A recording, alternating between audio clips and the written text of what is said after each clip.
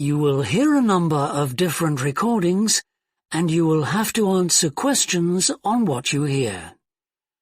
There will be time for you to read the instructions and questions, and you will have a chance to check your work. All the recordings will be played once only. The test is in 4 sections. At the end of the test, you will be given 10 minutes to transfer your answers to an answer sheet. Now turn to Section 1. Section 1. You will hear a conversation between the director of a child care centre and a parent enrolling her child in the centre. First, you have some time to look at questions 1 to 6.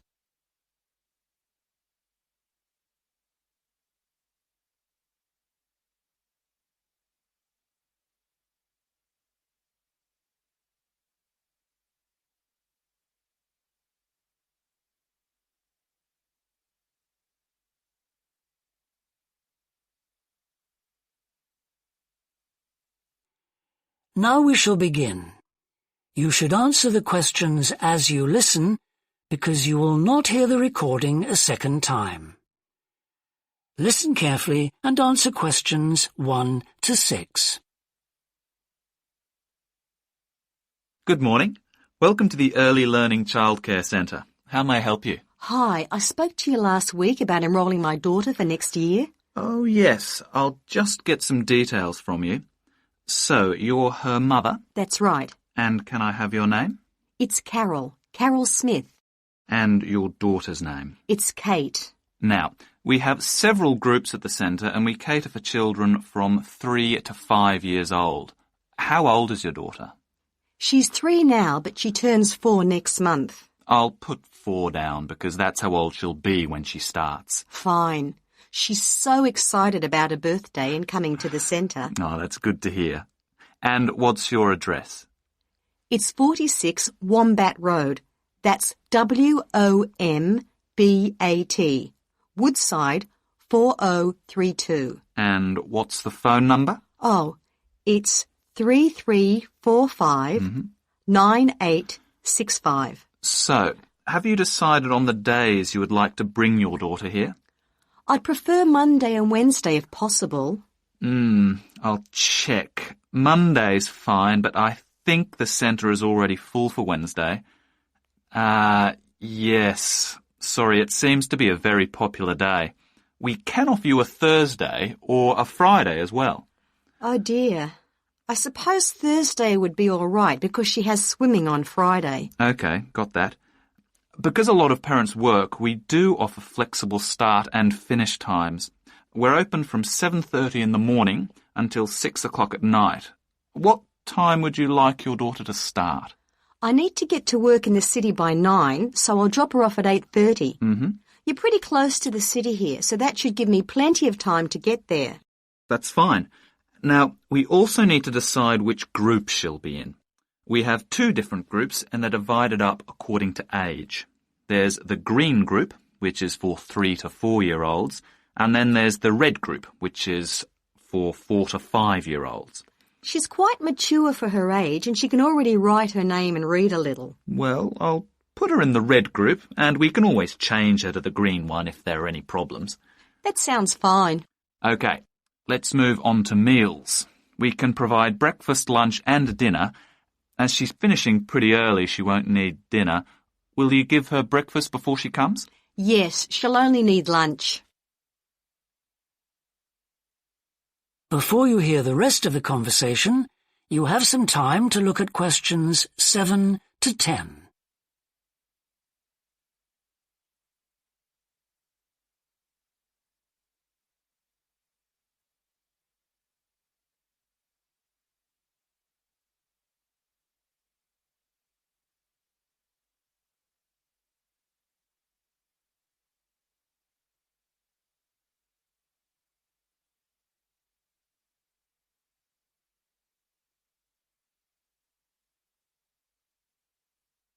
Now listen and answer questions 7 to 10. Now, Does she have any medical conditions we need to know about? Does she have asthma or any hearing problems, for example? No, but she does need to wear glasses. Oh, I'll make a note of that. Yeah, she's pretty good about wearing them. She can't see much without them. Right. Okay. Now, I also need emergency contact details. So what sort of information do you need? Just the name and number of a friend or family member we can contact in case we can't get hold of you at any time. OK. That'd better be my sister, Jenny Ball. Uh-huh. That's B-A-L-L. Her phone number is 33467523. Great. So she is the child's aunt? Yes, that's right. I'll make a note of that as well. Now, is there anything you'd like to ask? What about payment? How much are the fees each term? Well, for 2 days and the hours you've chosen, that will be $450 altogether. OK, and do I have to pay that now? No, we send out invoices once the children start at the centre. You can choose to pay at the end of each term, or we do offer a slightly discounted rate if you pay every month. Oh, I'll do that then. I find it easier to budget that way, and I'm not used to the term dates just yet. Good. It makes it a lot simpler for us as well. Well, that's everything. Would you like me to show you around the centre? We can go. That is the end of section 1. You now have half a minute to check your answers.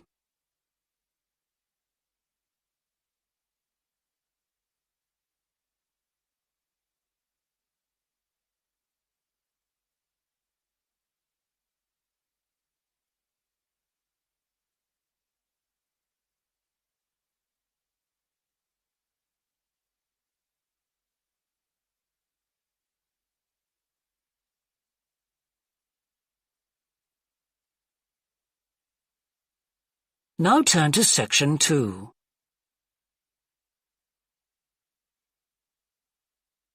Section 2.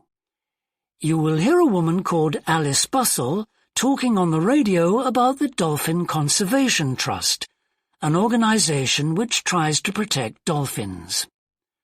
First, you have some time to look at questions 11 to 15.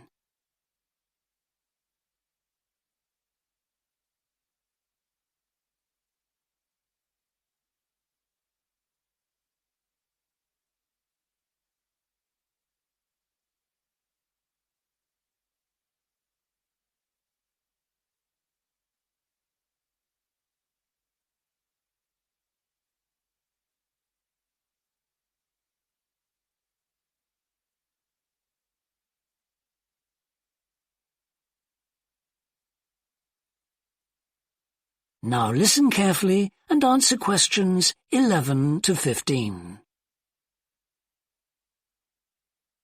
Today we're pleased to have on the show Alice Bustle from the Dolphin Conservation Trust. Tell us about the trust, Alice. Well, obviously its purpose is to protect dolphins in seas all around the world. It tries to raise people's awareness of the problems these marine creatures are suffering because of pollution and other threats.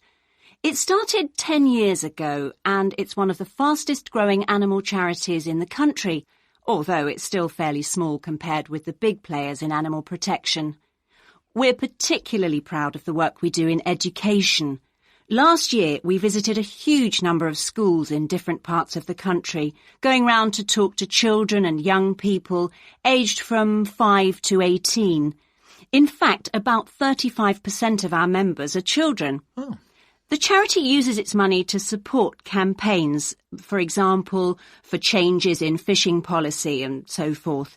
It hopes soon to be able to employ its first full-time biologist with dolphin expertise to monitor populations. Of course, many people give their services on a voluntary basis, and we now have volunteers working in observation, office work and other things.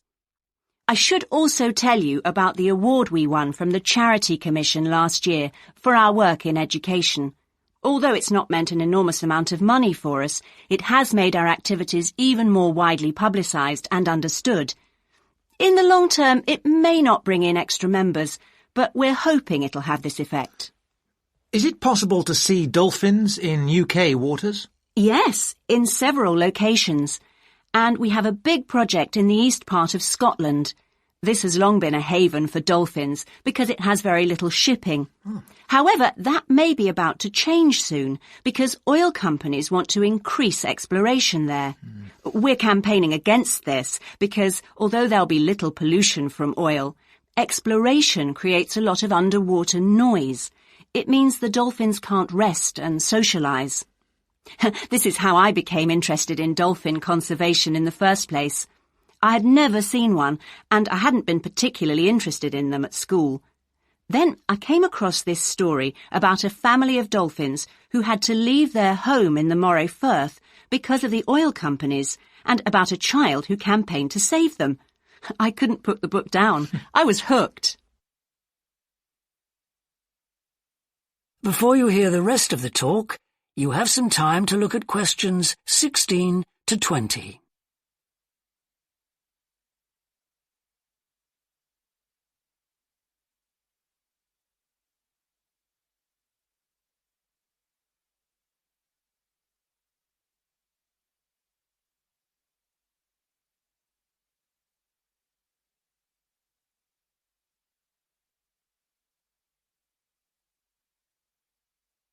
Now listen and answer questions 16 to 20.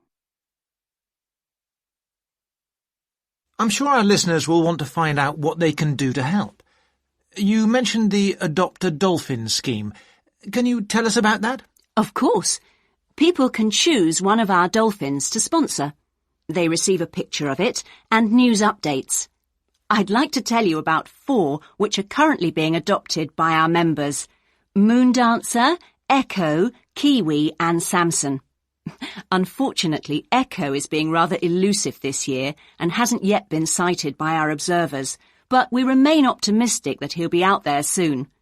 All the others have been out in force.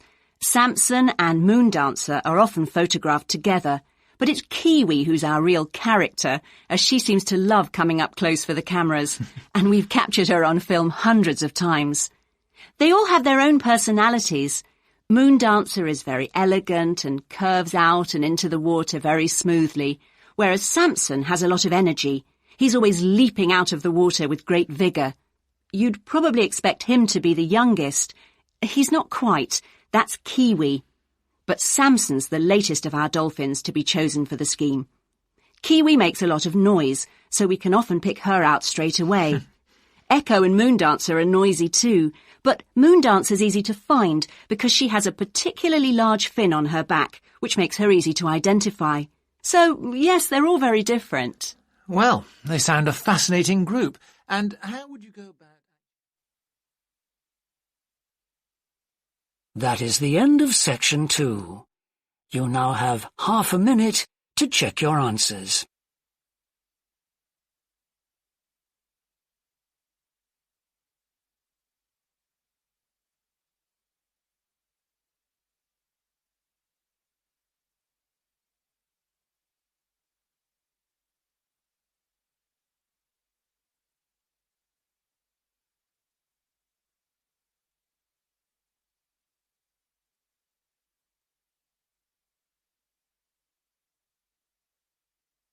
Now turn to section 3.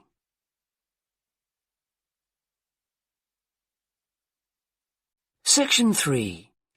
You will hear a student called Rob, who is in the first year of a theatre studies course, talking to another student called Mia, who's in the 4th year of the same course. First, you have some time to look at questions 21 to 25.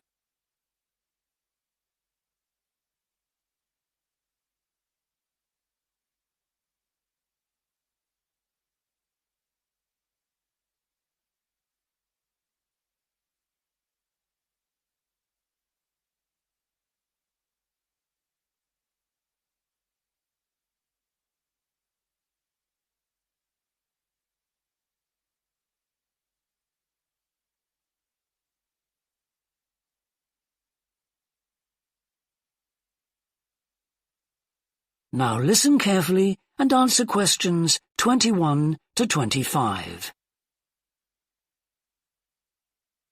Hi, Rob. How's the course going? Oh, hi, Mia. Yeah, great. I can't believe the first term's nearly over. I saw your group's performance last night at the student theatre. It was good. Really? Yeah, but now we have to write a report on the whole thing, an in-depth analysis. I don't know where to start. Like, I have to write about the role I played, the doctor, how I developed the character. Well, what was your starting point? My grandfather was a doctor before he retired, and I just based it on him. Okay, but how? Did you talk to him about it? He must have all sorts of stories, but he never says much about his work, even now. He has a sort of authority, though. So, how did you manage to capture that? I'd visualize what he must have been like in the past when he was sitting in his consulting room listening to his patients. Okay, so that's what you explain in your report. Right. Then there's the issue of atmosphere. So in the first scene we needed to know how boring life was in the doctor's village in the 1950s. So when the curtain went up on the first scene in the waiting room, there was that long silence before anyone spoke. And then people kept saying the same thing over and over, like, cold, isn't it? Yes, and everyone wore grey and brown and just sat in a row. Yes, all those details of the production. And I have to analyse how I functioned in the group, what I found out about myself. I know I was so frustrated at times when we couldn't agree. Yes. So did one person emerge as the leader? Sophia did. That was okay. She helped us work out exactly what to do for the production, and that made me feel better, I suppose. When you understood what needed doing? Yes. And Sophia did some research too. That was useful in developing our approach. Like what? Well, she found these articles from the 1950s about how relationships between children and their parents, or between the public and people like bank managers or the police, were shifting. Interesting. And did you have any practical problems to overcome? Well, in the final rehearsal, everything was going fine until the last scene. That's where the doctor's first patient appears on stage on his own. The one in the wheelchair? Yes, and he had this really long speech with the stage all dark except for one spotlight. And then that stuck somehow, so it was shining on the wrong side of the stage. But anyway, we got that fixed, thank goodness. Yes, it was fine on the night. Before you hear the rest of the discussion, you have some time to look at questions 26 to 30.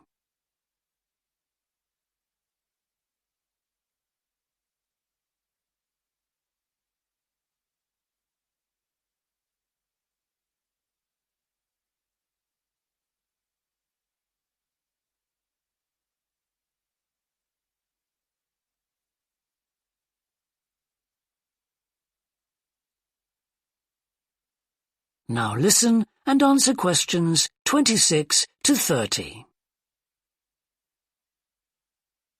But while you're here, Mia, I wanted to ask you about the year abroad option. Would you recommend doing that? Yes, definitely. It's a fantastic chance to study in another country for a year. I think I'd like to do it, but it looks very competitive. There's only a limited number of places. Yes. So, next year, when you're in the second year of the course, you need to work really hard in all your theatre studies modules. Only students with good marks get places. You have to prove that you know your subject really well. Right. So, how did you choose where to go? Well, I decided I wanted a programme that would fit in with what I wanted to do after I graduate. So I looked for a university with emphasis on acting rather than directing, for example. It depends on you. Then about 6 months before you go, you have to email the scheme coordinator with your top 3 choices. I had a friend who missed the deadline and didn't get her first choice, so you do need to get a move on at that stage. You'll find that certain places are very popular with everyone. And don't you have to write a personal statement at that stage? Yes. Right. I'll get some of the final year students to give me some tips. Maybe see if I can read what they wrote. I think that's a very good idea. I don't mind showing you what I did. And while you're abroad, don't make the mistake I made. I got so involved I forgot all about making arrangements for when I came back here for the final year. Make sure you stay in touch so they know your choices for the optional modules. You don't want to miss out doing your preferred specialisms. Right. That is the end of section 3. You now have half a minute to check your answers.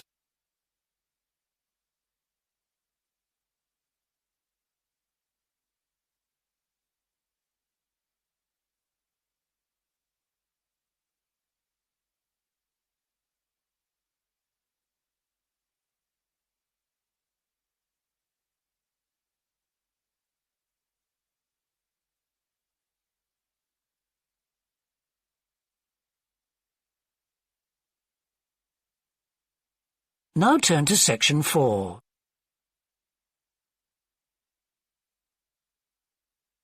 Section 4. You will hear part of a lecture about leadership introducing a theory called self-regulatory focus theory. First, you have some time to look at questions 31 to 40.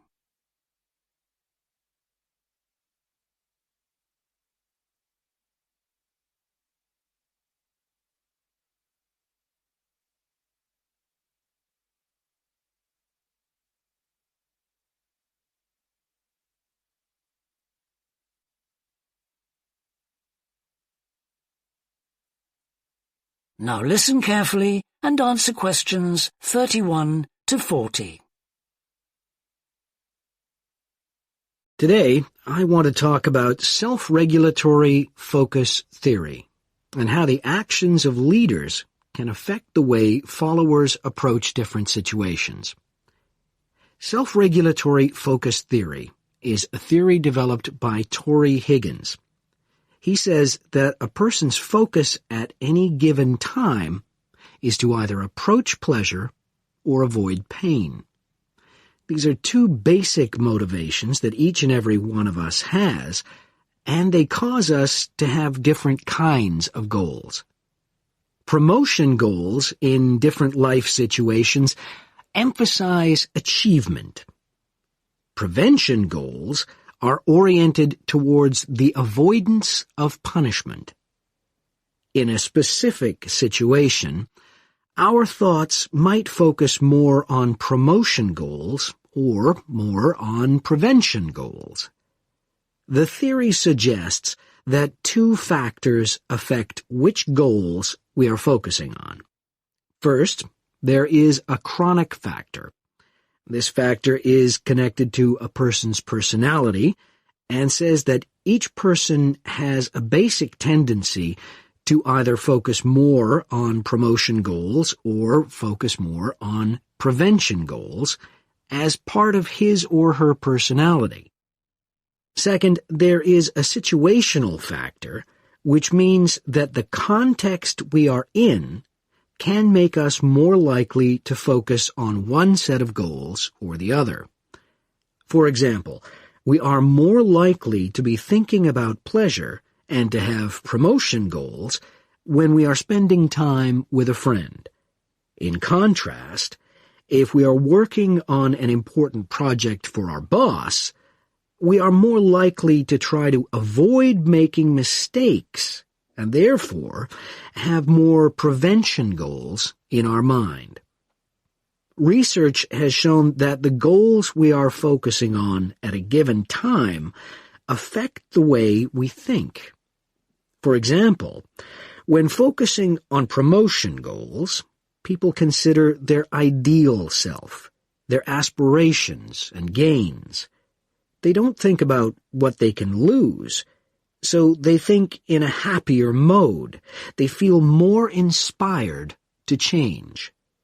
When people are focusing on prevention goals, they think about their ought self.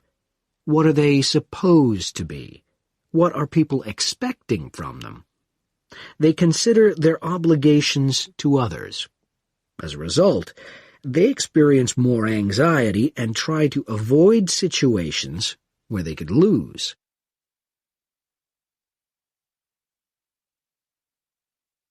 Now that I have talked about the two focuses and how they affect people, I want to look at the idea that the way leaders behave, or their style of leading, can affect the focus that followers adopt in a specific situation. In talking about leadership, we often mention transformational leaders and transactional leaders. Transformational leaders, when interacting with their followers, focus on their development. In their words and actions, transformational leaders highlight change. Their speech is passionate and conveys a definitive vision. All of these things can encourage followers to think about what could be. In other words, they inspire a promotion focus in their followers. In contrast, transactional leaders focus on developing clear structures that tell their followers exactly what is expected of them. While they do explain the rewards people will get for following orders, they emphasize more how a follower will be punished, or that a follower won't get rewarded if his or her behavior doesn't change. In short, they emphasize the consequences of making a mistake. This emphasis will clearly lead followers to focus on avoiding punishment and problems. This is clearly a prevention focus. In conclusion, it is important to understand that one focus is not necessarily better than the other one. For a designer who works in a field where a lot of innovation is needed, a promotion focus is probably better. In contrast, a prevention focus, which causes people to work more cautiously and produce higher quality work, might be very appropriate for a job like a surgeon, for example. The main point of the research, though, is that the actions of leaders can greatly influence whether people approach a situation with more of a promotion focus or more of a prevention focus. That is the end of section 4. You now have half a minute to check your answers.